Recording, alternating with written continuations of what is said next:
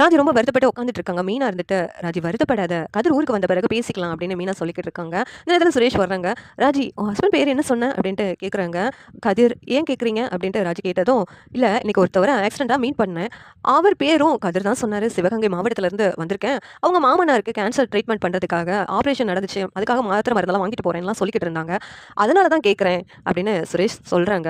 "அக்கா, கொஞ்ச நாளா கதிர் யார்கிட்டயோ மறைச்சு மறைச்சு ஃபோன்ல பேசிக்கிட்டு இருக்கான்னு சொன்னேன்ல. அது அப்பா கிட்ட தாங்க பேசிக்கிட்டு இருந்திருக்கான் அப்பன்னா.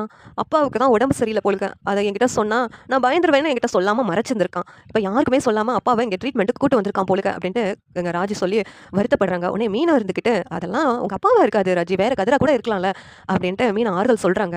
இந்த நேரத்துல ராஜி இருந்துட்டு, "இல்லக்கா, நான் தான் சொன்னேன்ல, கதிர அந்த ரிசார்ட் பக்கத்துல பார்த்தேன்னு சொல்லிட்டு, நீங்க தான் நம்பவே இல்ல. கதிர் சென்னையில தான்க்கா இருக்கிறான். அவன் பேசுறதே சரியில்லக்கா. இவர் சொல்றதெல்லாம் உண்மையா தான் இருக்கும்" அப்படின்ட்டு ராஜி சொல்லிக்கிட்டு இருக்காங்க. உடனே சுரேஷ் இருந்துட்டு, "நீங்க வருத்தப்படுவீங்க. உங்க குடும்பத்துல உள்ளவங்கலாம் வருத்தப்படுவீங்கன்னு சொல்லிட்டு, உங்க ஹஸ்பண்ட் யார்கிட்டயும் சொல்லாம மறைச்சிருந்திருக்கலாம்" அப்படின்னு சொல்லிட்டு சுரேஷ் வந்து சொல்றாங்க. உடனே, "அக்கா, உடனே நம்ம அங்க போணும்க்கா. அவங்க எங்க இருக்கறதா சொன்னாங்க?" அப்படின்ட்டு கேட்குறாங்க ராஜி சுரேஷ் கிட்ட. "அவங்க ஆப்ரேஷன் பண்ணி ஹாஸ்பிட்டல்ல இருக்கறதா தான் சொன்னாங்க" அப்படின்ட்டு சுரேஷ் வந்து சொன்னதும், "சரி ராஜி போலாம்" அப்படின்ட்டு கிளம்புறாங்க. இந்த நேரத்துல கோமதி இருந்துகிட்டு, "என்னடி எங்க கிளம்புறீங்க?" அப்படின்ட்டு கேட்கும்போது, ராஜி வந்து கோமதி கிட்ட உண்மையெல்லாம் சொல்றாங்க. கோமதி, "அண்ணனுக்கு கேன்சரா? ஆப்ரேஷன் பண்ணியிருக்காங்களா? இதெல்லாம் ஏன் கதிர் நம்மகிட்ட சொல்லாம மறைச்சிட்டான்?" அப்படின்னு கோமதியும் ரொம்ப வருத்தப்படுறாங்க. அப்படியே எல்லாரும் ஹாஸ்பிட்டலுக்கு கிளம்பி போறாங்க. அங்க போயிட்டு கதிர பார்த்துட்டு, "ஏன் கதிர் இந்த உண்மைய என்கிட்ட இருந்து மறைச்சிட்ட?" அப்படின்னு சொல்லிட்டு வருத்தப்பட்டு கேட்குறாங்க அழுதுகிட்டே.